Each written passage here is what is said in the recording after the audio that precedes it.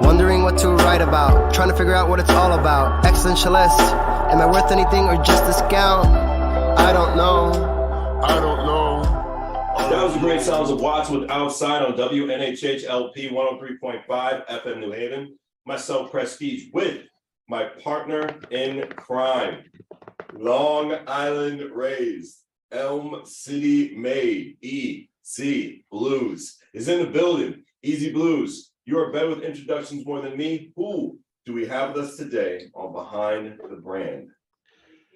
In life, we have always been raised to follow the proper direction. You are to look up in the night sky and follow the North Star. If you continue to follow the North Star, you will hit the most incredible place in the world where the lights will dance in the evening sky and bring to you art you have never seen before. In other words, there are some parties that you will walk into, and you'll be like, it smells like pine cones and awesomeness. Both of these things can be related to such things and amazingness that is known as the Northern Lights. The Northern Lights can guide us. The Northern Lights can raise us. The Northern Lights can consume us and show us what true art is. Now, when you have the honor, when you have the privilege to sit down with one of the key members of Northern Lights, you erase everything you're going to do that day. You make sure you show up, and you show up loud and live. Ladies and gentlemen, once you put your hands together, not if you're driving, please keep your hands at 10 and 2. We don't need any accidents. But mentally, put your hands together for the amazing, the incredible, one of the best with the mics, I will tell you for real. Vega, how you doing, brother? Hey, how's it going, fellas, man? What's good, man? Wow, that's one hell of an introduction, man. I really like it. That was pretty cool. Hey, thank you. Well, look, man, and I look, the only time I blow smoke is when I'm exhaling. So, like, no joke, everything that I said comes directly from the heart. We've spoken before on, former shows in another life and in another time zone, right?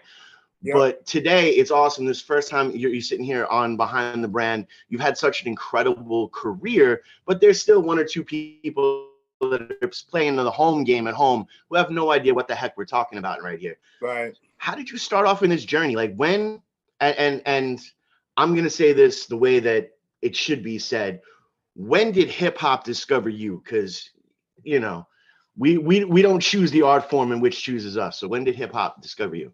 Well, I'll say this is way back in the days when hip hop was really at like a turning point when people were really starting to listen to it. I would say like the KRS era, the Eric B. and Rakim era, the Fushnikins era, De La Soul. You have Tribe Called Quest. That's when I started to fall in love with hip hop. That's when I started to love it there. First of all, I also just want to thank you so much for mentioning the Fushnikins. I feel like they've getting forgotten about on so many different levels. And their theatrics was just so incredible. And when the dude started to fast rap backwards, I just blew me away. Yeah. I remember being a teenager and bumping that tape and everyone thinking I was ridiculous. It's like, no, you have no idea what it takes to be able to deliver that. Anytime they're mentioned, I'm like, yes. And anytime they're mentioned, not for the song they did with Shaquille O'Neal, no offense, but I didn't like it. Just again, being real. So from the moment of when, it actually like sparked your interest and sparked like, being a fan of it, when did the pen hit the paper? Ooh. Well, I had a friend of mine. I kind of like wanted to see what it was about. Like, I can't name a particular artist that really, other than like a KRS-One, that really made me say, you know what, maybe I can like try it out real quick. Mm-hmm. And I had a friend of mine that structured my rhymes for me. And from that point, that's when I took off from there. Now, for the people who don't know what that means as per structuring and structuring the rhymes. Let's get into that a little bit, because I do feel that is a science that isn't really talked about, and I'd love to pick your brain on it a little bit. Yeah. What exactly is structuring of the rhyme, or structuring of the rhyme pattern? Well, yeah, most times you have like when you have a verse, some verses are 12 bars, some verses are 8. Mostly average is like 16 bars per verse. You have like Mhm. two, and you have a hook in between. Probably have a hook in the beginning, or you might have an intro. But Mhm. once you structure your verse to go with the actual instrumental, then you're golden. You're really golden then. And also, when sometimes that breaks down to, it's about having that couplet. It actually goes as far back as Shakespeare. Shakespeare used something called I'm gonna pronounce this wrong because it's still early. And we were hanging out with Sheik Loach last night, so it was a little rough. It I Cat cut your tongue easy. Yeah, it got my tongue. It's also a very hard word to say. Dynamic pentameter, where it goes A, like the rhyme pattern can go A B, or A B B A. Iambic pentameter. Iambic pentameter. For Right. those playing the home game and want to look that up. And it's incredible to see. Like, it's one of the reasons why I loved in high school reading Shakespeare, because to me, Shakespeare was so hip hop. Yeah. I Every bar ran into each other in the entire aspect. So I do feel that really that structure aspect can do so much, because no matter what, you can tell a story. But when you can tell that story and it actually gets someone to bob their head to it, or yeah, they can then kind of look what word's gonna come next. Because if the rhyme pattern breaks down this way, what different word is this MC gonna put instead of, is he gonna say car or bar, or or tar? It becomes this incredible game. And I think personally, again, I don't pour salt on anyone else's hustle. I feel in all of music, not just hip hop, that's an art form that is starting to get lost. Um, how do you feel, being someone who does have the pen, who does understand structure? How do you feel, and how do you sit in the music that is today? well, I feel the most important thing is to be original with all that you do. I mean, talent, I feel that is something that's within you. You have to work on that, like to be good, be great.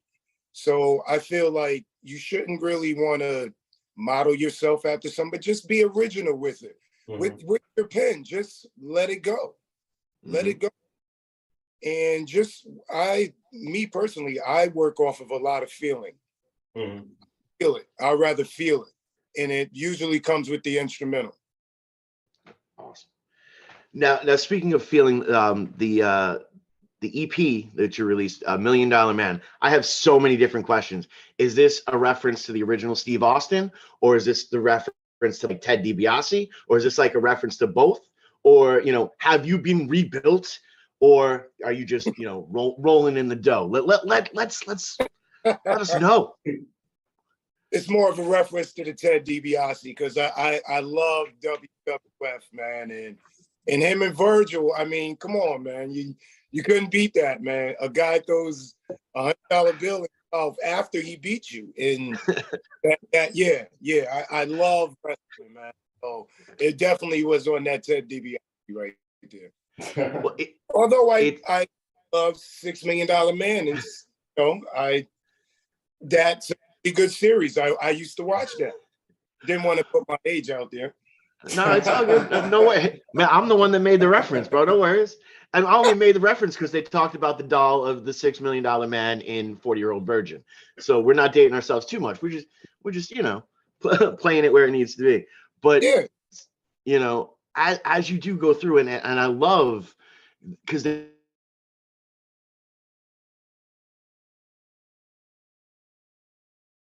entertainment business, Mhm. where the people who get over the most and get over as per becoming the most popular are exactly what you said in a couple beats ago, the most original. When they are playing their own self just turned up to 11. Yeah.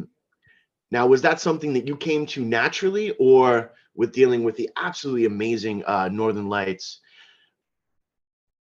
Or I don't know, like, is it something that they help craft you, like someone breaking down and helping you deal with your rhyme patterns, or was this just who you are, Well, 100%?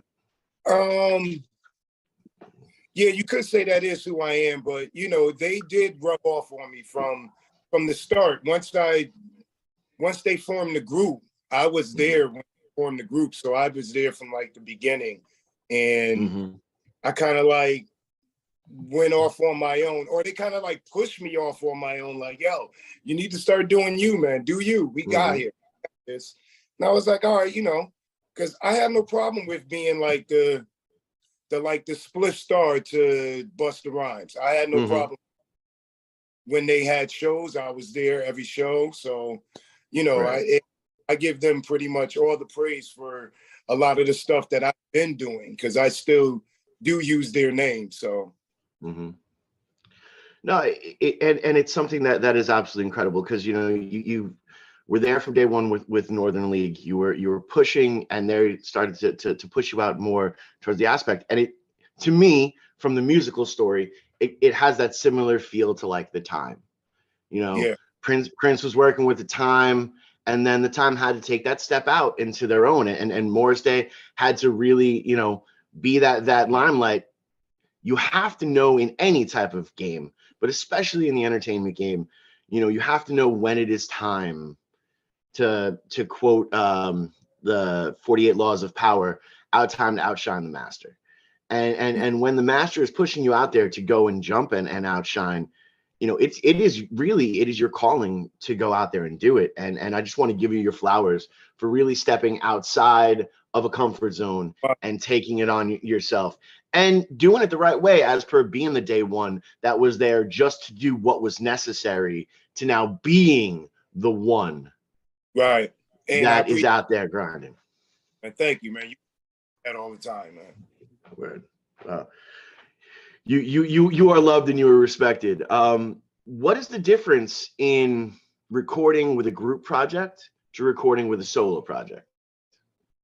Well, you have a lot more minds when you're dealing with a group project.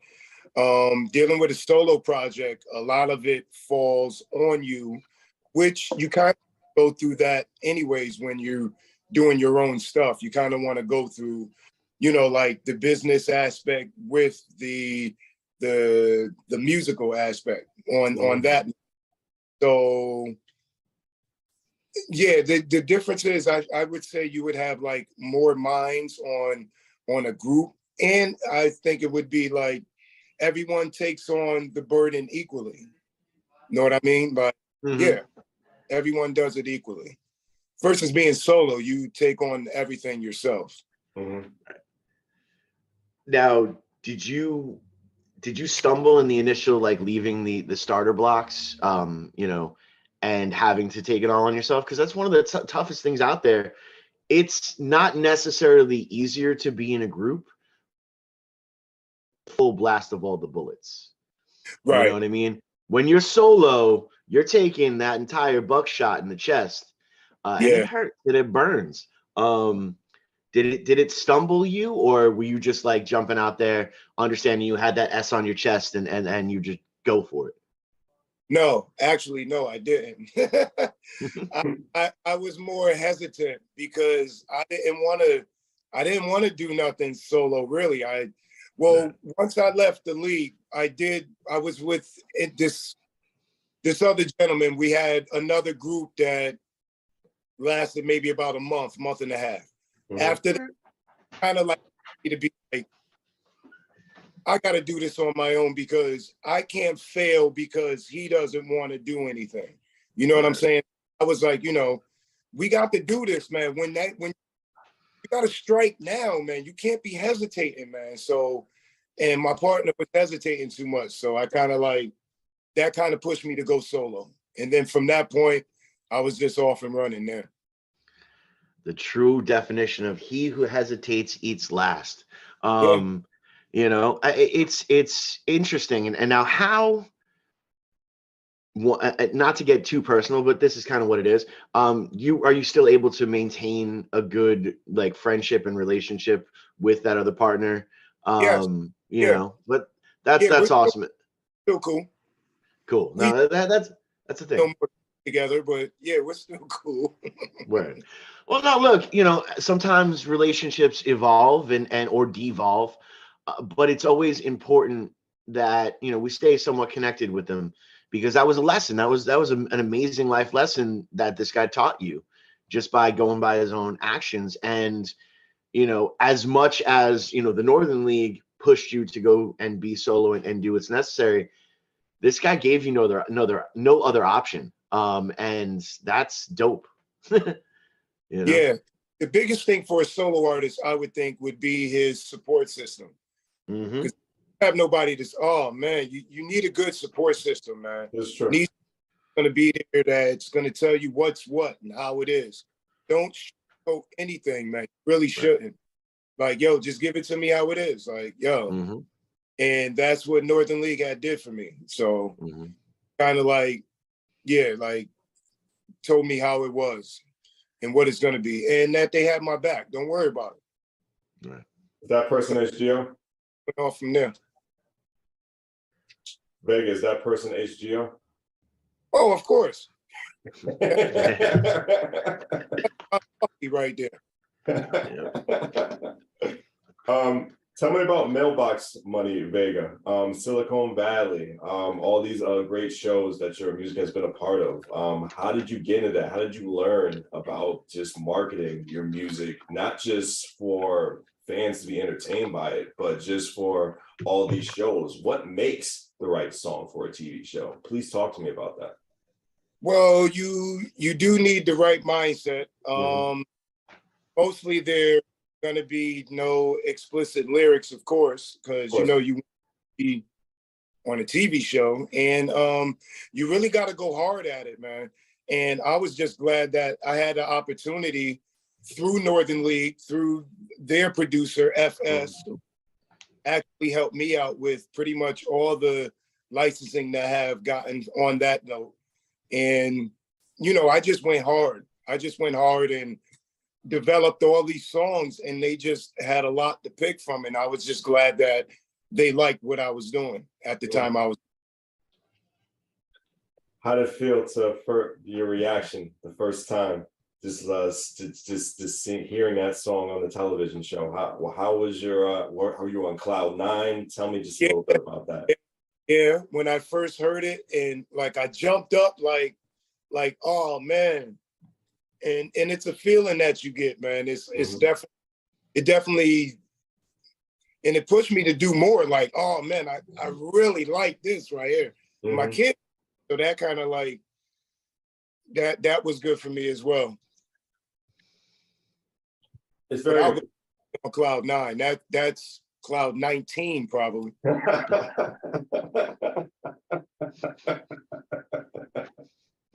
I can imagine.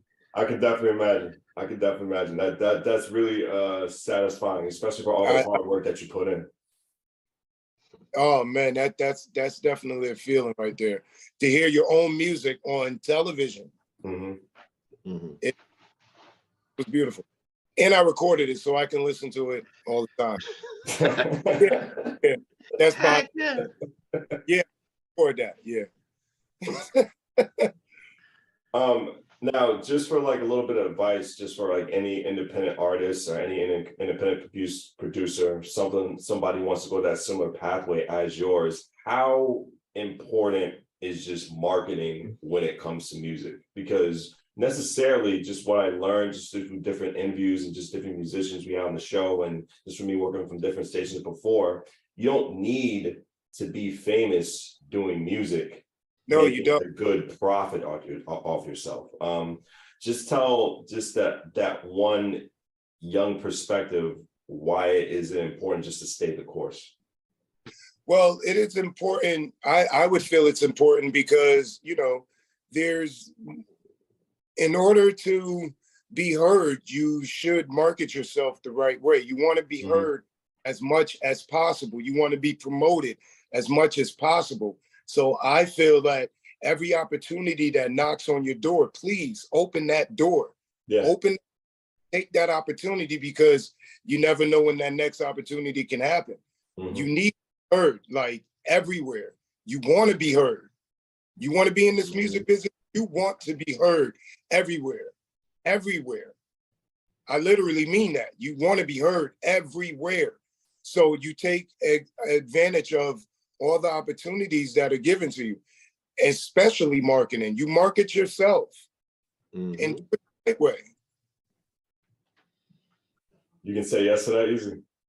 Oh no, totally. It's kind of like what we were talking about before, where the best entertainers take who they truly are and they turn it up to 11.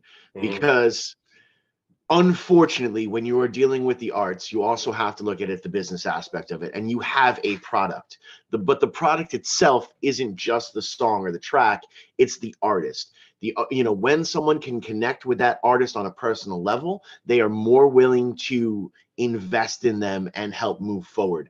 This is why I say all the time, whether you have 3 streams or 3,000, be thankful, because those 3 streams, 3 people took 4 minutes out of their only 24 hours of the day, and they selected 4 minutes to hang out with you. Yep. Yeah. So celebrate that and thank them every second, because they don't have to. There's a bajillion songs on these streaming services. Okay. Yep. I don't put the names out there because they don't pay me, but there's a bajillion songs. And the fact that one person was like, yo, this looks interesting, I'm going to listen to it. Love it, hate it, whatever. They took time. Time is a very limited source. You merely have from your born date to your death date. And we're dealing with the dash in between. And that dash in between, it's finite. And they invested a little bit of that dash in you. Thank them. If you see them out there, hug them. Now, on the other side of that, if I'm out with my kids and I'm having dinner, wait a second. Don't come running up to the table and try to talk with me. Let me eat. Let me get the food out of my mouth. Let me not look a fool. Let me have a couple moments with my children. And then I got you. If you see me out, out and about, and I'm just doing the social thing, come and talk. I'm here. Let's build. Let's grow. Yeah. But also, as much as I respect you investing your time in me, I don't show up when you're trying to, unless you need it for mood music, when you're trying to have that intimate moment with your partner, I don't show up there and be like, hey, I got this great song idea I want you to hear. So don't come up to me when I'm hanging out with my kids trying to eat a meal. That's all I'm saying. It's a two-way street. I understand that. That's understand. But yeah, it's good to interact and engage with your fans, man. And like you said, they took that 4 minutes out of their day to listen to your song, man. You should appreciate that and thank them. I don't know about the hug thing because of the COVID. I don't know. Right. I'm a hugger. Thank them, man. You really should, man. Right. Good to interact with your fans. Now, as you have grown through the game itself and dealing obviously with every single part of it, what is your favorite part? Is it the writing? Is it the recording? Is it the marketing? Or is it rocking it live and feeling that energy? Or is listening to us on WNHHLP 103.5 FM New Haven, myself, Prestige, and my partner in crime, Long Island Rays, Elm City made, EZ BlueZ is in the building, behind the brand. We got Vega with us. Vega, if I didn't lose your train of thought, please continue. Oh, no. Yes. Wow. Doing the shows is the best part. But other than that, I love the recording. Because see the project from its raw aspect. And once you add everything, all the different parts and everyone, it all meshes together. and then push play and now listen to it.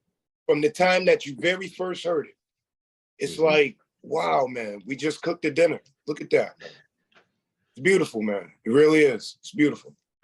And no, it is truly an incredible process. I say it often. It's very similar to, like, raising a child. When the child first comes into the world, it's just this thing, and then you get to watch it grow into be its own person and have its own personality. And that's the same thing with any type of track. You had the concept of it, but then it takes on a life of its own, and at some points can be larger than you thought it was ever going to be. Did you ever have that moment, like, where that you thought it was like that throwaway song or just something you needed to get out there real quick, and it took on a life of its own and it kind of became a staple for you? Yeah, I had a song called Scrambled Eggs. I didn't really like that song. Scrambled eggs? Yeah. I remember Scrambled Eggs. I had to think about it. I remember. Well, why didn't you like Scrambled Eggs? You did good on that. I forgot about this song. When I did, I liked it, but then after a while, I heard it again, and then I heard it again. And then I was like, yo, this is like trash. And I hear it, and they was like, yo, what are you talking about, man? And I was like, yo, I really don't like this. Like, I don't like the way it flows. Yeah. It's something about it. And they was like, nah, man, it's pretty dope, man. I like this, man. And then all of a sudden we gave it to the radio station, and they kind of liked it. So. Yeah, I remember when we first debuted. Wow. That's very, very interesting to me. Now, was it the title or it was the title that was the reason? Well, no, the title was what they said would get people to be like, eggs. Like, what? Like, yeah. That make them want to listen to it. Like, what is sounds interesting. Yeah, I got you. Tracks I really didn't like. I didn't really like that. Oh man. I mean, no. I understand. I understand. I was a little surprised. You broke Preston's heart. You broke Preston's heart. My heart's not broken right now. I'm just He's heartbroken. My heart's not broken. I'm just intrigued. But just from coming from assumption, I thought he liked the song. But one song I think you really did like was a song called Justice. Now, tell me about making that track. Because you had Kodak on there, and you had, I believe, was it HG was on the track too? Yeah, Neo Kodak was up there, man. Oh man, that track, and it's crazy because when we made that track, it was years before we put it out, and it was still relevant. Yeah, it's kind of sad that it's relevant, but yeah, it was. I agree. And I was like, wow, man, that's one of my favorite tracks right there. Because it came like I really dug down to get that, man. Because you got so much frustration in your heart, and you want to put it all down. You got to get it all in this little space right here. So I really wanted to hit on a few points that I didn't like, that I see going on. Yeah, very impactful track. It felt you guys put a lot of time into it. And it's crazy when you said it was finished years before. And just out of curiosity, when was the song completed? Was it like back in the early 2010s? Because there's a lot of songs way back decades ago that can still relate to today. And I think both of you can agree just as musicians. I think we did that song probably around 17 or 18, 2017, 2018.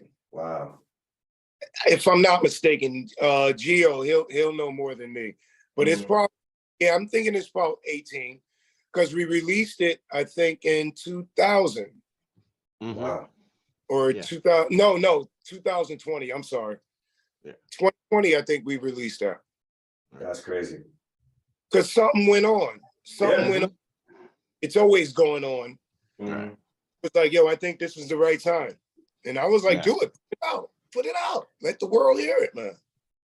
No, it's so true. And you never know, like, not to float our own boat, but we have a song called Live in Technicolor. And I originally wrote the song because of the tragedy of Eric Garner. But then, we were getting ready to put the demos together and start to release stuff. and a marketing person was like, hey, now this is 2019. You got to get this as part of the Bernie Sanders campaign, you know, force release it, get it out there, and just try to get it in their hands. So we did it. It came out in March of 2019, and then the world froze. You know, Bernie Sanders, you know, everyone knows what happened. We don't have to talk about it. And the song really wasn't going to go anywhere. And it was just kind of like sitting out there in the world. And then it was a song about revolution, about a positive revolution. And I used to joke around live that the song it's a type of song to burn cars to. And then everything happened in that summer. And we Yeah, started to see that song trend in Seattle, trend in Atlanta, trend yeah, in a place where revolution was actively happening. And the realization that I was like, oh my gosh, someone might be burning a car to this song, it hits different. So yeah. I actually actively took, I don't say that when we play that song live anymore. I just let the song speak for itself. Mhm. Yep. You know, but so you can write something that was relevant 5 to 10 years ago, and same thing happened with Manny James and you know, Dear America. Yeah, Still to this day breaks my yeah. heart every note. You know, but these were songs that were written for the past that makes more sense in the present and the future, and that's a problem. Yes, it is. Yes, it is. You know, when we can still play Marvin Gaye's "What's Going On" and still look around and go, what's still going on? Yeah. um how do you navigate that? You know, obviously you and I have different perspectives because of, you know, stupid little class systems and people being ignorant and wanting to divide. But how do you relate through all this? How do you continue to push through? Well, man, you gotta feel I feel you place everything in God's hands, and there's gonna be, like you gotta place it in God's hands and push forward, man.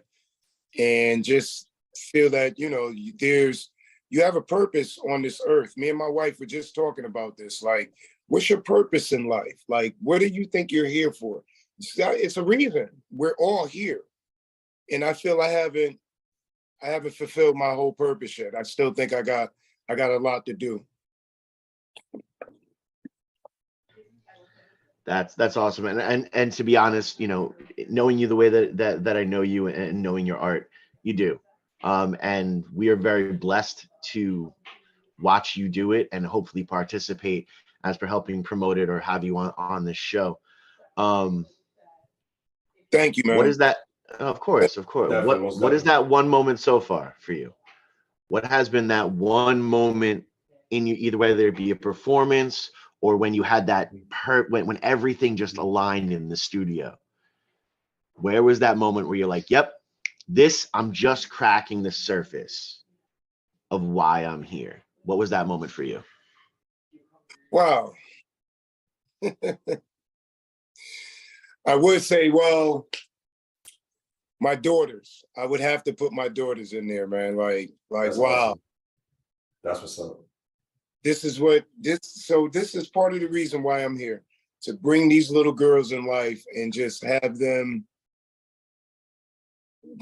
enjoy life for what it's for, Mhm. before we burn it all down, man. But yeah, that's when I started to notice, like, wow, just seeing my daughter's face. Any birth is gonna make a father, like, Mm-hmm. probably look at life differently, from a different perspective from that point on. Just looking at his daughter Yeah, or no, any child. yeah, no, it's truly, it is transformative, and as we say, it's transformative and something that is incredible. It's also not for everybody. If we're being real, some people probably shouldn't have kids, and I'm okay with that. Like, do you be happy, live your life? It's probably better. We you know, so some species get better by procreating, some species get better by not so procreating, and I think at some points at times I'm totally fine with that. Um, but when you can realize, and you kind of did it in the reverse in your hip hop career. When you become like a parent, you then realize that, oh, this story isn't just about me anymore. Now I've got to figure out how to play the supporting role instead of the lead character. But you had the reverse where you come through as a supporting role and had to learn how to be the lead character in your music career. Did that happen at the same time? Did you have that beautiful yin and yang happen at the same exact time? Oh, you could say. You could maybe not exactly, but you know, it's one probably around the same year, definitely. Nice. But I'm just blessed that I had such a good support system like I did that helped me out, because guys that would love to be in the shoes that I was in, and I've seen guys that didn't have it as good as I did, and I don't knock them for that. I just, you know, you just got to push. I got to push just as well. Nothing is given. Nothing is given at all. Nothing. They gave me nothing. They gave me opportunity, but I had to step my foot out there and go get it for myself.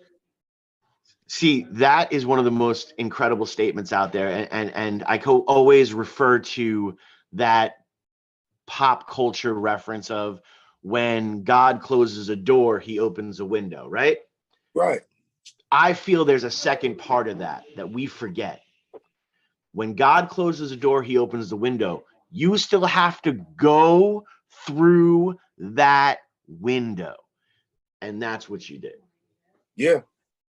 No matter how you look at it, you still got to go. Yeah, you're right. Word. Yeah. Vega, music is timeless. Do you feel it's disrespectful when they say that an artist has a shelf life? Yeah, honestly, when you think about it, I mean, you know, look at Jay-Z. Like, come on, this dude is well into his 50s and he's still spitting out the hottest bars that I've like ever heard, man. Like, when you still got to push the rewind button like 4, 5, 6, 7, 8 times. Correct. Like, what do you mean by that? And then you got to research it. And this is just a song. And it's like, wow, look how much time you're spending on researching what he said. 9 times out of 10, he ain't even write it down. But yeah. True. Yeah. So true. So yeah, I do think it's disrespectful to say an artist has a shelf life. There are artists that are doing this well into their 50s, well into their 60s. Look at Dre. Come on. Yeah. He's 40. Look at Too Short. Come on, if not Snoop and them, they got the Westmore. They got a track out that is one of the hottest joints out. I think Snoop, Too Short, and I forgot the other one over there. But yeah, they formed a group, and now I think they're touring. All these guys in their 50s. So I think music is timeless. Do you feel a lot of independent artists don't really know how much valuable resources they have now when it comes to apps, just different tools, different instruments? If, like, imagine back in the late 90s, early thousands, you had YouTube and SoundCloud and all these great platforms just to use. Do you think they don't really know and don't really appreciate the stuff they have now? Because back then, just starting out, you really had to work a lot harder to get your name out there. No matter if you had a team or not. Yeah, true that. I really hope they do appreciate it, but yeah, I don't think that they do understand how good they got it now versus how we had it back then. Because back then you had to burn your own CDs. You had to get your CD, the jacket inside. You had to buy the CD jewel case, press kits. And then you had to go and manually do all this. You didn't have to really had to go to the barbershop, give him 10. Yo, what can you do? Boom, you have to go over to the convenience store up the street, do the same thing, and then go all and do that. You don't gotta really do that no more. I don't really. I mean, I don't think. I think for merchandise, maybe they like for like promo when a guy is at his own show, maybe you might catch a CD, or I think they do the digital cards now. Mm-hmm. You know, you can just go online and do it that way. But it, to me, it was way harder 10, 12 years ago than it is today. You don't even have your room to do all the stuff I just talked about. You don't. You really don't. He's gonna see the light bulb above your Oh head. yeah, no, I got things to say. But before you go in, can we all agree that the business card has expired? All you have is a phone now, or no? No. I think it's good to have a business card still, because you can interact hand to hand, like right in front of you. Like, hey, take my business card. They may take it and take a screenshot of your business card and throw that out and still work off of it off of the phone. I've done that. Yeah. Well, the other thing, it's good to have that second giveaway, because you hand that to that person, more than likely they're going to put it in their pocket. When you switch over to like a phone, or just like dropping someone's IG, you still have to reach out and make that connection later on. You have to remember that, and now that person's personality really has to boost me to that point. Where I can reach into my pocket from the night before when you're checking to see what the heck you got into, and you pull out, oh, this business card. Oh, I remember this person. They were dope. I should hit them up. Yeah. Where you have that second point is truly, truly important, because if not, you're just hoping. You're decreasing your options for someone to have a callback. That's why business cards are really important. And there was this incredible technique that I just learned at the Play Music Conference that happened in Philadelphia last week, or 2 weeks ago at this point. Right. So this gentleman, a phenomenal person on a networking panel, said, you're all doing it wrong. When you exchange information, you should also be like, hey, what are you doing Wednesday, and bring up your Google Calendar and then make that connection. So like if you're playing a show and, you're talking with people about going out and play, oh, make sure you come to the show, take out your Google Calendar and make it an event on the Google Calendar. Be like, yo, can I get your email, so that you get a reminder an hour before the show time. That's a great way to use the digital aspect with not having the business card. As many points of contact that you can have is more opportunities to bring in that fan, that person, or in some points in time, the monetary needs to support your art. So I'm a fan of the business card. Me too, on WNHHLP 103.5 FM New Haven, myself, Prestige, and my partner in crime, Long Island raised, Elm City made, EZ BlueZ is in the building. Vega, happy to have you with us. No disrespect, but continue, brother. Yes, sir. Oh, I thought I interrupted you. My bad. No, I think he was just saying "dang right" or something along those lines. Yeah, go ahead. No, but it's to talk about what we were talking about a little bit on the last segment. The game has also completely evolved. I do 100% feel, I won't speak of it from the hip hop terms, but from the rock terms or the grunge terms. If YouTube was a early 90s, more people would be caring about Mother Love Bone than Nirvana. Nirvana was marketed correctly. That being said, digitally, that's what's going on right now. All those people, and spoiler alert, I'm going to tell everyone there's no Santa Claus. All those people that have, organically breaking millions upon millions of views on YouTube or TikTok, there's a marketing strategy behind that.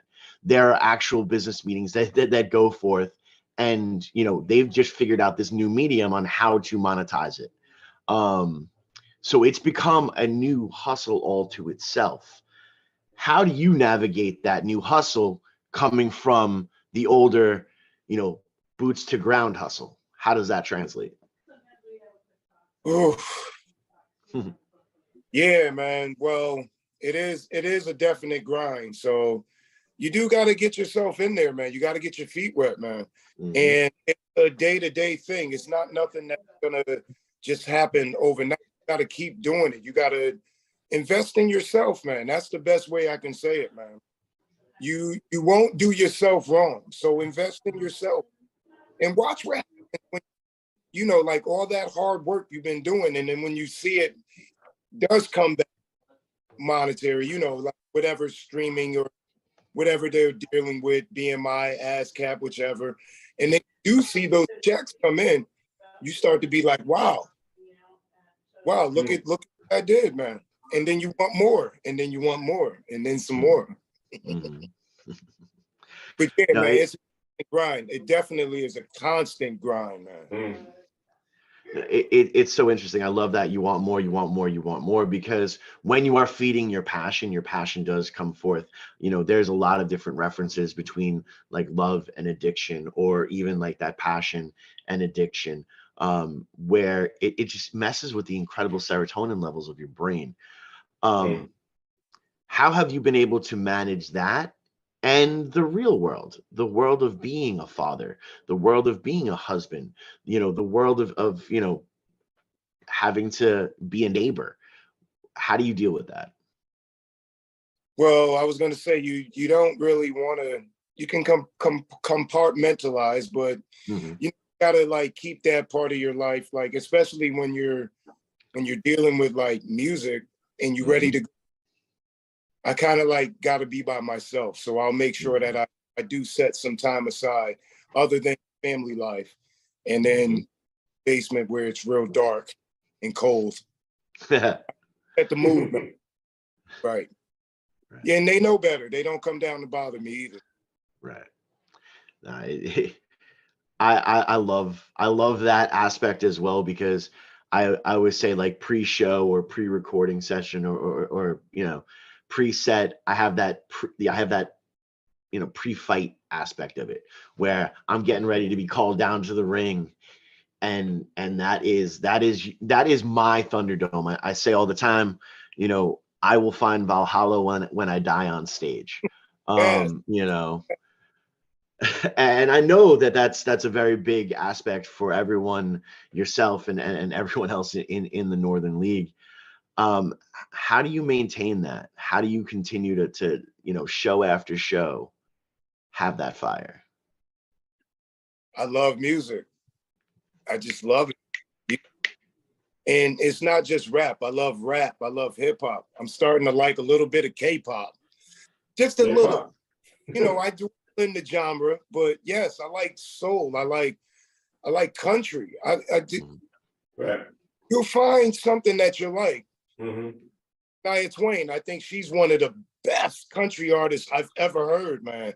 And I just love music. Well, this is one of the best interviews we've had in a really long time, but unfortunately, they're pulling the Apollo curtain on us, and they said the Oh, time is supercalifragilistic. But we want to give this moment for you to link out all of your social medias. How can people get in touch with you? How can people invest in you? How can people support your art? The platform is yours. It has been an honor and a privilege. Vega, how you doing? good, man. Hey, man, I would like to just thank you, fellas, man, for the opportunity, man. You could catch me on Instagram, Skarr Vega at Instagram. You can catch me on Facebook on my Skarr Vega account. My music is on Spotify. You can catch me on iTunes. Pretty much almost every streaming site. I'm there. If I'm not, I will be. I'm there though. I'm there. And I would like to thank everyone, man, for tuning in, man, seeing me. I'm here. I'm real. The voice is this is my voice. I don't have like any. So this is the voice, man, because I know people are like, yo, how you get your voice like that? A lot of cigarettes and some other things, man, that they just made. Ah. And the voice is money. We can all agree with that. That voice is marketable. That voice is money. And when you look up Skarr, Skarr, not Scar. Yeah. Yeah, Yes, thank you, brother. No Thank doubt. you. Yeah, look for that right gentleman right there. And Vega, it's always been a pleasure. Happy to hear from you, and I look forward to more great conversations with you because I know this is more to come from you, brother. And Oh thank yeah, you for being with us. a lot of things coming, man. I got a group that we've got called Exile Court. I just want to throw it. Your boy Kodik is with it, man. I got a couple of MCs. My boy J Live 45. I got All right. on it, and then I got my own solo project I'm doing as well. So yeah, there's a lot of content that will be out this year, man. And I won't stop, man. I just love music, man. Vega, appreciate you so much. Myself, Prestige, and my partner in crime, Long Island Rays, Elm City made EZ Blues is in the building. This has been Behind the Brand on WNHH LP 103.5 FM, New Haven.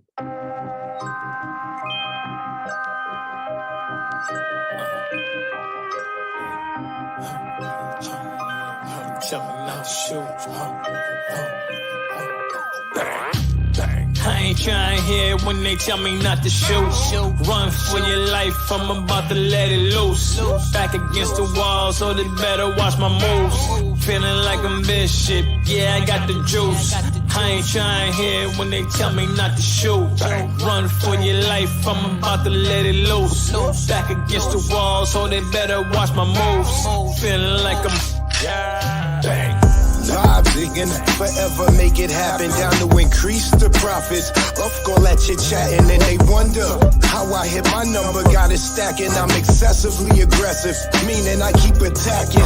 $1 million man interactions. I'm breaking bread with made men. You broke from distractions. I'll put your heads in a box, sorta like I'm packing. Smoke a bone, I'm relaxing on my phone. Quarterback and call me.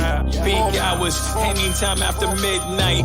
Phone blowing up, I told him all to sit tight. Closing deals with the plug, he told me get right. Large amounts every time I face him. I'm tossing dreams on the table, I told my team to chase them. Haters love to be in their feelings, so embrace them. Hops running into a ditch, we just space them. Any rotten apple on my squad, I'll replace them. Push it to the limits like a red line. Be wary of narcos. Know they like to slap us with that Fed time. Product in the kitchen is a popular musician, we just headline. Got them all outside like a deadline. Yeah, I know a lot, but I say a little. You ain't involved in its resolve, read between the riddle. Snap my fingers, put you in the middle. It was nothing to leave that boy under the hospital.